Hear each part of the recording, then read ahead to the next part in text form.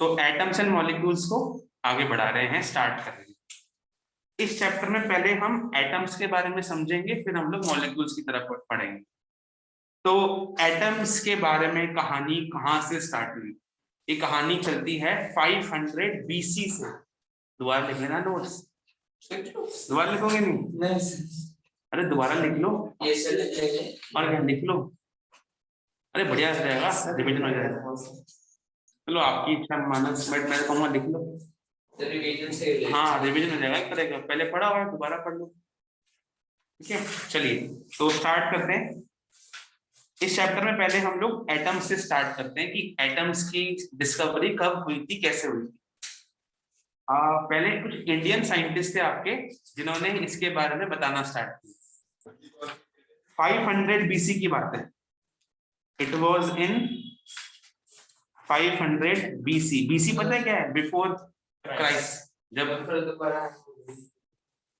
Before Christ, BC मतलब before Christ, जब भगवान क्राइस्ट का जन्म नहीं हुआ था, उससे पहले के 500 ईयर्स। उस समय ही कुछ इंडियन और कुछ ग्रीस के साइंटिस्ट लोगों ने कह दिया था कि एटम कुछ होता है। ठीक है, अब उनके नाम क्या थे? डाल्टन तो बाद में था। इंडियन साइंटिस्ट थे आपके महर्षि कन्नड़, महर्षि कन्नड़। एक और इंडियन साइंटिस्ट थे आपके जिनका नाम था पप्पूदा। सर हाँ जी सर, आप मेरे को बता सकते हैं हमने लास्ट चेक करा कहाँ तक था? शायद हम लोग मॉलिक्यूल्स तक थे पास। हमने कुछ मॉलिक्यूल्स की स्टार्टिंग करी थी। सर मेरे हिसाब से पॉली एटॉमिक मॉलिक्यूल तक करा था। मॉलिक्यूल्स बिल्कुल। तो दोबारा से स्टार्ट करते हैं इस चैप्टर को हम लोग, है ना? Yes sir. पूरा नाम था कत्यायामा, है ना? तो महर्षि कन्नड़ पप्पूदा कत्यायामा। ऐसे ही आपके कुछ ग्रीस साइंटिस्ट, डेमोक्रिटस, और एक और था ल्यूसिपस, जो मैंने पहले लिखवाया नहीं था, अब लिखवा रहा हूं। तो ये चार कुछ साइंटिस्ट थे जिन्होंने कहा था कि भाई जो मैटर हम पढ़ के आए थे चैप्टर 1 में, जो चैप्टर हमें धोखा दे गया था, टर्म 1 में नहीं आया था, उसमें पढ़ा था ना आपने मैटर क्या होता है? Anything that has mass occupies space. तो महर्षि कन्नड़, पप्पूदा कत्यामा, डेमोक्रिटस, ल्यूसिपस, ये सब यही कह रहे थे कि मैटर जो होता है, जैसे ये पेन है, ये मैटर है, इसे अगर हम डिवाइड करना स्टार्ट करें तो अल्टीमेटली हमें एक सबसे स्मॉलेस्ट पार्टिकल मिलेगा इस पेन का, जिसे हम और आगे डिवाइड नहीं कर पाएंगे। इन सब ने उसे क्या बोला था? एटम इंग्लिश में, और हिंदी में इन लोगों ने उसे परमाणु कहा था, है ना? तो it was in 500 BC that Maharshi Kanad, Pakudha Katyayana, Democritus, Leucippus said that if we divide matter into small parts, a stage will come when the matter cannot be further divided into small particles, है ना?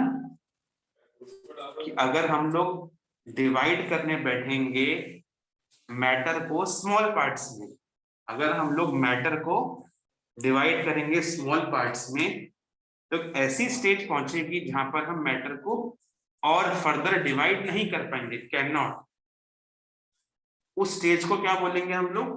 एटम। दैट पार्टिकल, जो particle मिलेगा हमें, was named as atom English में और परमाणु हिंदी में। Atom और परमाणु। तो एटम की कुछ डेफिनेशन हमें समझ में आने लगी। एटम क्या होता है, जब हम मैटर को डिवाइड करते हैं तो जो मैटर का स्मॉलेस्ट पार्टिकल मिलता है, मैटर का स्मॉलेस्ट पार्टिकल, उसे ये लोग क्या कह रहे थे? हाँ वेरी, तो वो एटम होता है। The smallest particle of matter is atom. But ये बात गलत थी जो आज के टाइम पे बात करें, आज के टाइम पे ये बात गलत है। मैटर का सबसे छोटा पार्टिकल एटम नहीं है, इससे छोटा भी होता है, चैप्टर 4 में पढ़ेंगे, इलेक्ट्रॉन। मतलब एटम के अंदर भी जाएंगे हम नेक्स्ट चैप्टर में, है ना। तो एटम से भी छोटा है इलेक्ट्रॉन, प्रोटॉन, न्यूट्रॉन्स, वो हम नेक्स्ट चैप्टर में हो गया जाएंगे। हाँ हाँ, सब सबकी फैमिली, ठीक है। सबसे छोटा इलेक्ट्रॉन है, ओके, जिसको आज तक कभी देखा नहीं, कितना छोटा है। तो सर डिस्कवर कैसे किया? एक्सपेरिमेंटली, एक्सपेरिमेंट से उसका अंदाजा लगाया गया कि हाँ कुछ ऐसा है, ठीक है। वो हम सब देखते हैं नेक्स्ट चैप्टर में, ठीक है भाई। सबने यहाँ तक लिखा? ये तो कुछ बेसिक जो है वो एटम की कहानी हमने सुनी। अब एटम के बारे में थोड़ा जानेंगे इस चैप्टर में फर्दर आगे बढ़ते बढ़ते, बट उससे पहले हम कुछ समझते हैं। जब भी कभी रिएक्शंस होते हैं केमिस्ट्री में, तो दो लॉज हैं जो आप अभी 9th से पढ़ते हुए 12th तक जाते आते पढ़ो। अभी 9th में हो, नेक्स्ट ईयर 10th में, फिर 11th में, फिर 12th में। ये लॉज आपको कभी भूलने नहीं है, ये हमेशा काम आते हैं, ठीक है। अगर साइंस लोगे 11th 12th में भी, वहां भी काम आए। बहुत इंपॉर्टेंट लॉज हैं। अब ये लॉज हैं क्या, वो समझते हैं हम लोग। है आप लोग को भी दिख रहा है? ठीक है, जरा ध्यान देंगे। मेरे पास यहाँ पर ये एक बीकर है ना, ये तो आपको समझ में आ रहा होगा। ये क्या है, हमारे पास एक बीकर है, कुछ डाल रहे हैं इसमें हम लोग, है ना, कुछ धुएं भी निकल रहे हैं। ये एक्सपेरिमेंट में 10th में दिखाऊंगा आप लोग को, ठीक है। अभी समझ लो इसके बारे में, ये धुएं कैसे निकलते हैं आपको रियल में दिखेगा। अभी तो 9th में और 10th में चैप्टर 1 में ही दिखाएंगे, पहली क्लास में दिखाऊंगा 10th में। देखो हो क्या रहा है यहाँ पर, यहाँ पर हमारे पास जिंक है, जिंक। मैं डाल के आ रहा हूं यहाँ पर सल्फ्यूरिक एसिड, मैं डाल रहा हूं यहाँ पर सल्फ्यूरिक एसिड, ठीक है। और मुझे मिल क्या रहा है, यहाँ पर धुआं मिल रहा है कुछ, है ना। ये धुआं होता है हाइड्रोजन गैस का, ठीक है। प्लस मुझे नीचे एक कंपाउंड मिलता है, इधर की तरफ नीचे मुझे एक कंपाउंड मिलता है, उसका नाम होता है आपका जिंक सल्फेट। आपको याद नहीं करना है जो इक्वेशन लिख रहा हूं मैं, बस मैं एग्जांपल दे रहा हूं आपको कुछ समझाने के, ठीक है। मैंने क्या किया, मैं एक रिएक्शन कर रहा हूं, जिंक लिया मैंने, ठीक है, डाला क्या मैंने इसमें, एक एसिड, ओके। मुझे क्या मिला यहाँ पर, हाइड्रोजन और एक कंपाउंड मिला मुझे, ओके। ये मेरी रिएक्शन है। अब जरा समझेंगे सब लोग। सपोज करिए कि मैंने जिंक और इस एसिड को मिला के, दोनों को मैंने जो है वो मिलाकर 30 ग्राम जो है मैंने इनको मिला के डाला था इस बीकर में रिएक्शन करने के लिए। जो चीज हम रिएक्शन में डालते हैं, मैंने पहले ही बताया था, उसे क्या बोलते हैं हम लोग, रिएक्टेंट्स। रिएक्टेंट होता है जो भी चीज हम लोग रिएक्शन में डालते हैं। जो चीज हमें मिलती है वो क्या है, प्रोडक्ट। जो हम डाल रहे हैं वो रिएक्टेंट, जो मिलता है वो प्रोडक्ट। अब मैंने ये सब क्यों बताया, क्योंकि फर्स्ट लॉ समझाना है मुझे आपको, law of conservation of mass. Law of conservation of मास कहता है किसी भी रिएक्शन को आप करो, किसी भी रिएक्शन को आप करो, उसमें जितना आपने रिएक्टेंट डाला उतना ही आपको क्या मिलेगा, प्रोडक्ट। 30 ग्राम डाला आपने रिएक्टेंट, 30 ग्राम ही मिलेगा आपको प्रोडक्ट। वॉल्यूम अलग हो सकता है, हम तो मास की बात कर रहे हैं, वॉल्यूम अलग होता है, मास सेम रहेगा। ओके, ये एक्सपेरिमेंटली प्रूव है, आप खुद भी करके देखोगे तब भी ऐसा मिलेगा। मैं करवाऊंगा 10th में, वहां भी दिखा। ठीक है, इसको क्या बोलते हैं लॉ को हम लोग? Law of conservation of mass. Law of Conservation of mass. Conservation of मास। इस लॉ को किसने दिया था पता है किसी को? मैंने बताया था। नहीं नहीं, वो तो अलग चीज बता रहे थे। लेवोजियर। लेवोजियर एक साइंटिस्ट है, बुक में नाम भी लिखा है, उसने ही ये लॉ को दिया था। Okay, very good. हाँ जी, बोलो जी बोलो। सर इसमें 2 लोगों का नाम लिखा हुआ है ना बुक में? लेवोजियर आप देखोगे उसने अलग लॉ दिया है, सेकंड नाम लिखा होगा Joseph Proust. Yes sir. Second law दिया है जो पीछे लिखा है बुक में, लॉ ऑफ कांस्टेंट अच्छा yes sir, the following 2 laws. Okay sir. हाँ ठीक है, चलिए अभी तो हम पढ़ेंगे कंपाउंड चैप्टर में, पढ़ेंगे आगे। लिखा है लेवोजियर ने 2 इम्पोर्टेंट लॉ में लिखा सेकंड बुक में ये लिखा हुआ है, देखो पूरा ध्यान से पढ़ना।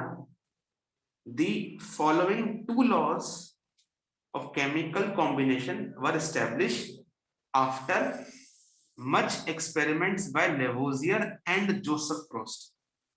जो अभी 2 लॉस पढ़ेंगे वो स्टैब्लिश हो चुके हैं और उनको एक्सपेरिमेंटली किसने बताया था? लेवोजियर और प्रोस्ट ने। अब नीचे नीचे देखो, क्या लिखा इस वाले पैराग्राफ थोड़ा सा जो है ना,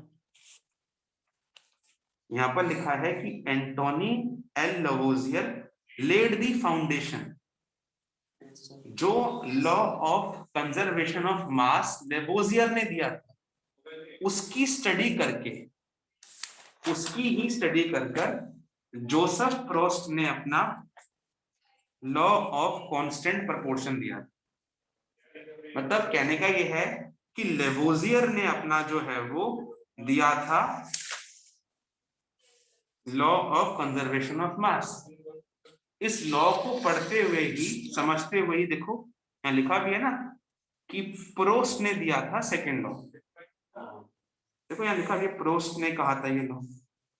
ठीक है, थोड़ा सा कंफ्यूजन लिखते हैं बुक वाले, बट उसके हटाने के लिए हम बैठे है ना। तो लिखिए आप लोग, लॉ ऑफ केमिकल कॉम्बिनेशन, ये हमारी हेडिंग है। 2 लॉ है हमारे पास जो हमें पढ़ने हैं। नंबर 1 लॉ पढ़ना है हमें, लॉ ऑफ कंजर्वेशन ऑफ, बोलिए, mass. Law of conservation of mass हम लोग स्टडी कर रहे हैं।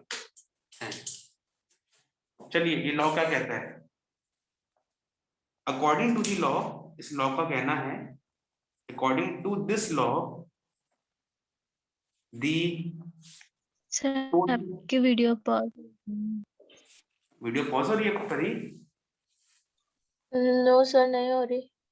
नहीं हो रही? सर बहुत ब्लर आ रही है आपकी पिक। अच्छा आपको आ रही है? अच्छा आपकी तरफ नो तो सर। अच्छा आपकी तरफ तो सर मैं लीव करके ज्वाइन। देखिए नहीं, यहाँ भी फ्लक्चुएट कर रहा हूँ। देखिए according to this law, the total mass of reactant, the total mass of reactant is always equal to total mass of, क्या बोलोगे बताओ? प्रोडक्ट। है भाई दोस्तों, टोटल मास रिएक्टेंट का हमेशा होता है इक्वल टोटल मास प्रोडक्ट की। ये लॉ ऑफ कंजर्वेशन ऑफ मास है। लिखिए सर हाँ जी, आप एक बारी तो एक स्टेटमेंट तो ये हो गई इसकी। दूसरी स्टेटमेंट क्या है? According to the law, to this law, the mass can neither be created nor be destroyed, that is total mass remains always constant। कैसे? मैं दोनों बातें दोबारा से आप लोग को एक्सप्लेन करता हूं। अभी लिखिए, एक एग्जांपल से आपको दोनों बातें मैं अभी एक्सप्लेन कर दूंगा। पहले लिख लीजिए। तो अभी हमने देखा लॉ ऑफ कंजर्वेशन ऑफ मास की स्टेटमेंट। अब हम लोग क्या करते हैं, इसका एग्जांपल देखते हैं दोबारा से इन दोनों को समझने के लिए। ठीक है, देखिए बहुत सिंपल एग्जांपल देता हूं मैं आप लोग को। सपोज करिए जो मैंने अभी पढ़ाया था वही वाला एग्जांपल दे दूं, जिंक वाला, है ना, वही दे देते हैं। क्या चीज समझ में नहीं आई? स्टेटमेंट, हाँ ये तो बताने के लिए बता रहा हूँ मैं एग्जाम्पल। कोई नहीं मैं बताता हूँ एग्जाम्पल। देखिए दोस्तों, सपोज करिए हम क्या कर रहे हैं, जिंक के अंदर डाल रहे हैं सल्फ्यूरिक एसिड। देखिए आप लोगों ने सल्फ्यूरिक एसिड, कोई नहीं, आपको नेक्स्ट ईयर सारे एक्सपेरिमेंट दिखाएंगे। जिंक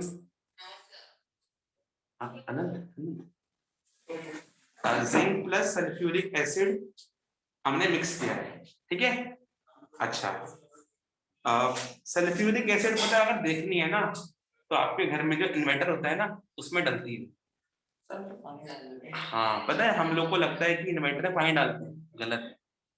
इन्वर्टर में पानी नहीं होता, पानी के अंदर हल्का सा एसिड मिक्स होता है। इसलिए देखा होगा आपने, जब इन्वर्टर काम करता है तो आसपास का एरिया गीला होने से जल जाता है।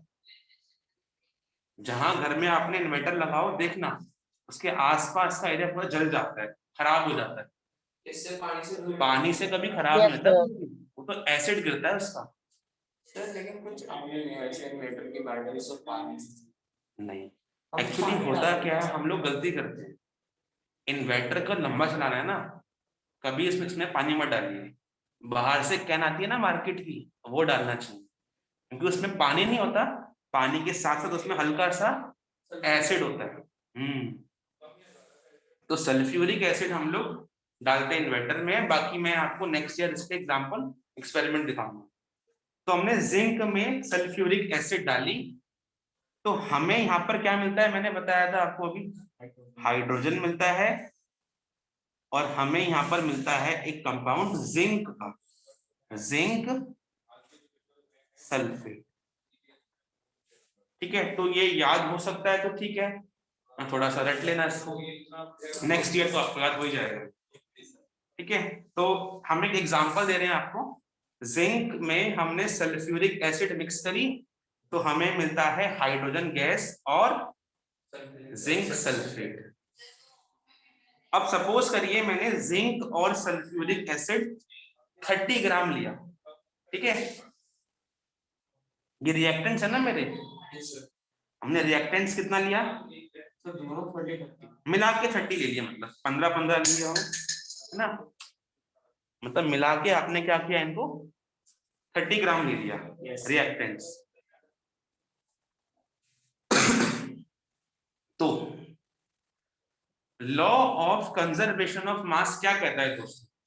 ये लॉ कहता है जब भी आपने केमिकल रिएक्शन करा, जब भी आप लोगों ने कोई भी केमिकल रिएक्शन करा, तो जो मास होता है रिएक्टेंट का, रिएक्टेंट मतलब जो हमने लेफ्ट साइड में लिया, रिएक्टेंट का जो भी मास होता है उतना ही मास प्रोडक्ट का भी होता है। मतलब जिंक सल्फेट और हाइड्रोजन का मास भी कितना होना चाहिए,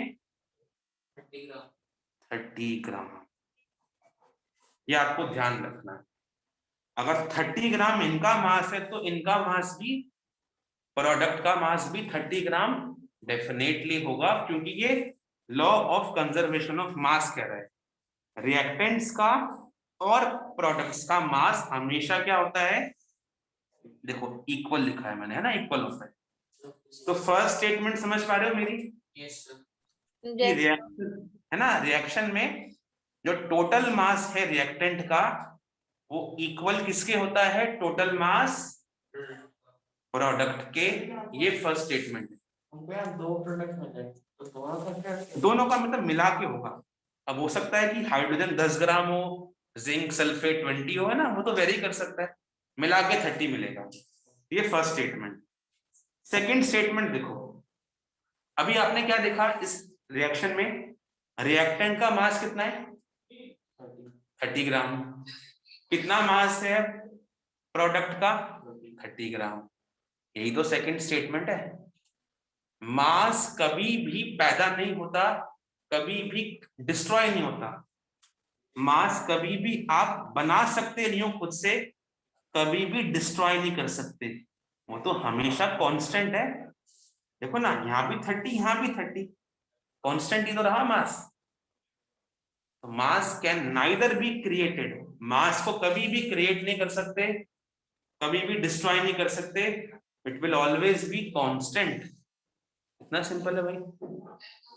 ओके, यस सबको समझ पा रहे हो, सब लोग समझ पा रहे हैं बात मेरी। Yes, sir. ये आपका लॉ ऑफ कंजर्वेशन ऑफ मास है, और ये लॉ किसने दिया था, लेवोजियर, है ना। स्टार पॉइंट लिख लो, this law was given by Lavoisier. ये लॉ आपको लेवोजियर ने दिया था। ओके जी,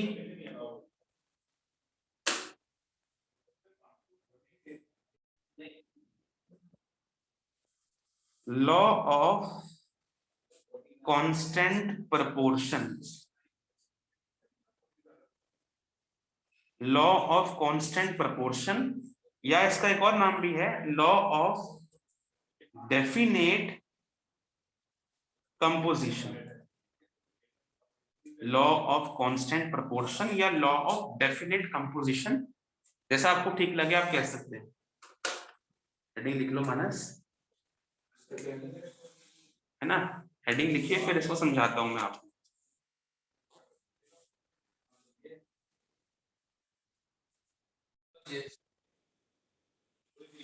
पता है, आप लोग वाटर को देखोगे ना अगर, तो वाटर की कुछ शेप ऐसी होती है, कुछ शेप ऐसी होती है वाटर की। आपको पढ़ाएंगे 10th में हम, 10th में आप सीखोगे कि ना किसी कंपाउंड की शेप कैसी होती है, अगर दोबारा कोविड नहीं आया और चैप्टर ये कटा नहीं, क्योंकि चैप्टर इस साल कटा हुआ था तो 10th वाले बच्चे ये पढ़ नहीं पाए, बट मेरे ख्याल से नेक्स्ट ईयर आप लोग को मिल जाएगा वो, है ना। ये वाटर की शेप कुछ ऐसी होती है, वाटर में ये जो बड़ा सा दिख रहा है ये ऑक्सीजन है, और छोटे छोटे आपके ये हाइड्रोजन है, ठीक है। सर लिखा भी तो हुआ है H2। हाँ, तो मतलब 2 हाइड्रोजन है ना, यस सर। और एक आपका ऑक्सीजन, ठीक है भाई। अच्छा, अब देखिए जरा, ये देखा गया है कि ना, ऐसा एक्सपेरिमेंटली देखा गया है जोसेफ प्रॉस्ट के द्वारा, जो हम लॉ पढ़ रहे हैं उसकी बात कर रहा हूं मैं। जोसेफ प्रॉस्ट ने कहा था वाटर का सोर्स कहीं से भी ले लीजिए, whatever be the source of water, water कहीं से भी ले आओ, चाहे वाटर को लाओ हिमालय से, चाहे वाटर को लाओ गंगा जी से, चाहे वाटर को लाओ बंगाल से, पानी कहीं से भी ले आइए, पानी में जो हाइड्रोजन और ऑक्सीजन का मास रेशियो है, ध्यान दीजिएगा क्या बोल रहा हूं मैं आप लोग को जोसेफ प्रोस्ट का लॉ ऑफ कांस्टेंट प्रपोर्शन समझा रहा हूं, जिसकी हेडिंग आपने लिखी है, दोबारा सुन लो किसी को डाउट है अगर तो। ये लॉ कहता है किसी भी कंपाउंड को कहीं से भी ले आइए, हमारे पास वाटर है अभी, तो वाटर को कहीं से भी ले आए, मैं अनंत को कहूं कि कहीं और से ले आओ अपने घर से, हंसिका से कहें अपने घर से ले आओ, मानस को कहो अपने घर से ले आओ, मैं यहाँ से ले आता हूँ, ठीक है, कहीं से भी वाटर ले आओ आप लोग, वाटर में जो आपको एलिमेंट्स मिल रहे हैं, एलिमेंट्स मतलब यहाँ पर ये हाइड्रोजन है ना आपका, ये एलिमेंट है, ऑक्सीजन यहाँ पर आपका दूसरा एलिमेंट है, इनका मैं मास रेशो निकालूं तो हमेशा फिक्स रहता है। एग्जाम्पल की फॉर्म में समझिए, हाइड्रोजन का मैंने पढ़ाया था आप लोग को मास कितना होता है, याद है जो हम पहले पढ़ रहे थे चैप्टर। हाइड्रोजन हाइड्रोजन सिर्फ हाइड्रोजन 1 हाइड्रोजन का मास 1 होता है। बट यहाँ कितने हाइड्रोजन है मेरे पास, 2 हाइड्रोजन है ना, 2 से मल्टीप्लाई करिए, कितना आंसर आया 2। कितना मास होता है ऑक्सीजन का, कोई जानता है? ऑक्सीजन का होता है 16। तो 2 हाइड्रोजन का मास कितना है 2 और ऑक्सीजन का मास है 16। इन्हें डिवाइड करो, 2 1 जा 2 8 जा, तो 1:8 मुझे कुछ मिल रहा है ना? यही कहना चाह रहा हूं, पानी को कहीं से भी ले आइए, पानी में हाइड्रोजन और ऑक्सीजन का जो मास रेशो है वो 1:8 हमेशा होगा। वाटर का सोर्स कुछ भी होगा, वाटर में हाइड्रोजन और ऑक्सीजन का मास रेशो हमेशा 1:8 होगा। समझ में आ रहा है कुछ? ये कहने को चाह रहा हूं मैं, जैसे हाइड्रोजन का मास 1 था, 2 हाइड्रोजन को 2 से मल्टीप्लाई कर दिया तो 2 आंसर आया। ऑक्सीजन का मास 16 होता है, ये आपको याद करवा देंगे, तो 2 को काटा 16 से आंसर आया 1:8। तो ये रीजन, ये चीज है आपकी कि वाटर में हाइड्रोजन ऑक्सीजन का जो मास रेशो है वो हमेशा फिक्स रहेगा। ऐसी बाकी कंपाउंड्स के लिए भी होता है, लॉ ऑफ कांस्टेंट प्रपोर्शन या डेफिनेट कंपोजिशन। बात समझ में आ रही है? बोलो भाई, सबको बात समझ में आ रही है कुछ? नहीं सर, नहीं आई। नहीं आई? चलो कोई नहीं, आप इसको लिखो, बताता हूं मैं, है ना? लिखिए पहले एक बारी। According to this law, according to this law, whatever be the source of any compound, whatever be the source of any compound, the mass ratio of elements in it will always be constant, will always be constant. According to this law, whatever be the source of any compound, the mass ratio of elements in it will always be constant.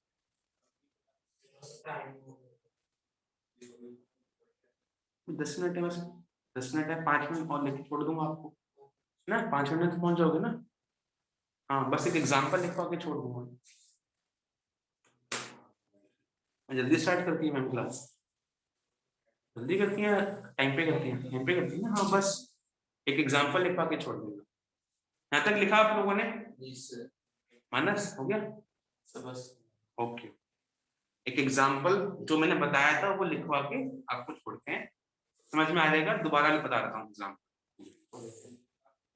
हाँ जी, देखिए for example जो मैंने आपको diagram दिखाया था अभी वही लिखवा देता हूँ यहाँ पर कि भाई आप एग्जांपल लीजिए वाटर का। For example we take water, water में, वाटर का मतलब अगर हम देखें फॉर्मूला क्या होता है, वाटर का फॉर्मूला H2O। अगर हम वाटर में हाइड्रोजन और ऑक्सीजन का मास निकालें, भाई देखो वाटर का फॉर्मूला क्या है, H2O। वाटर में कौन से एलिमेंट्स हैं? एलिमेंट्स इन वाटर बताओ। हाइड्रोजन और ऑक्सीजन। Very good. एक आपका हाइड्रोजन है यहाँ पर, दूसरा कौन है? ऑक्सीजन। Very good. अब ये बताओ आप लोग, मास कितना होता है हाइड्रोजन का? Very good. हाइड्रोजन ना, मास कितना है हाइड्रोजन का? 1।